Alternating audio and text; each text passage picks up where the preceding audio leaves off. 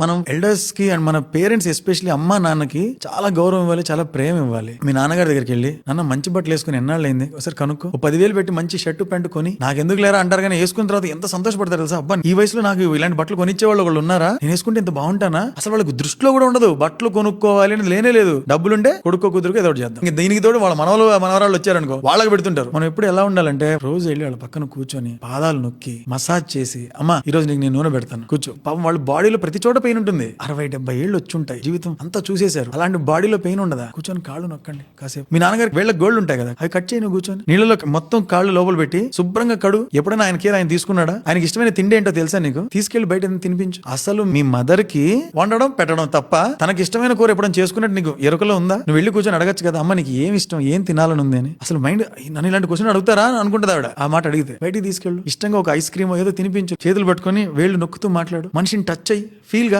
నువ్వు పెద్ద బిజీ లేదు స్వామి, మాకు తెలుసు నువ్వు బిజీ అని ఫోన్ ఇసిరి కొట్టి పక్కన వెళ్ళి కూర్చో కాసేపు. చెప్పే జాగ్రత్తగా విను, ఇప్పుడు కాకపోతే ఎప్పుడు దొరకదు. భాగ్యం అది పేరెంట్స్ దగ్గర కూర్చొని వాళ్ళకి సేవ చేయడం అనేది. అందరం పరిగెడుతున్నాం ఏదో పీకుతామని, ఆగు వెనక్రా, కొంచెం వాళ్ళతో మాట్లాడు, వాళ్ళకి ఏం కావాలో తెలుసుకో. It is high time that we give it back to them. ఓసారి మా మదర్ నాకు ఏదో రకరకాల వంటలను వండింది, ఎప్పుడు లేనిది. ఏంటమ్మా ఇన్ని వండేవి ఏంటమ్మా అంటే, ఈ రోజు మదర్స్ డే అంట కదరా అనింది. అంటే మదర్స్ డే అంటే నేను నీకు ఏదైనా ఇవ్వాలమ్మా అంటే, అవునా నాకెందుకు ఇలా అర్థమైంది అని. అది మరి ఎప్పుడెప్పుడు ఇవ్వాలా అనేటట్టే ఉంటారు వాళ్ళు. దాన్ని ఆపి మేమిస్తాం తీసుకోండి అని చెప్పాలి. మనం అర్జెంట్ గా మొదలెట్టాలి. మన సేవింగ్స్ కావచ్చు, మన థాట్స్ కావచ్చు, మన గోల్స్ కావచ్చు, అందులో పేరెంట్స్ ఇంక్లూడ్ చేయాలి. చేసి వాళ్ళకి మాక్సిమం మనం ఏం చేయగలం ఆలోచించి ప్రేమగా పక్క నుండి చెయ్యాలి. That is mandatory.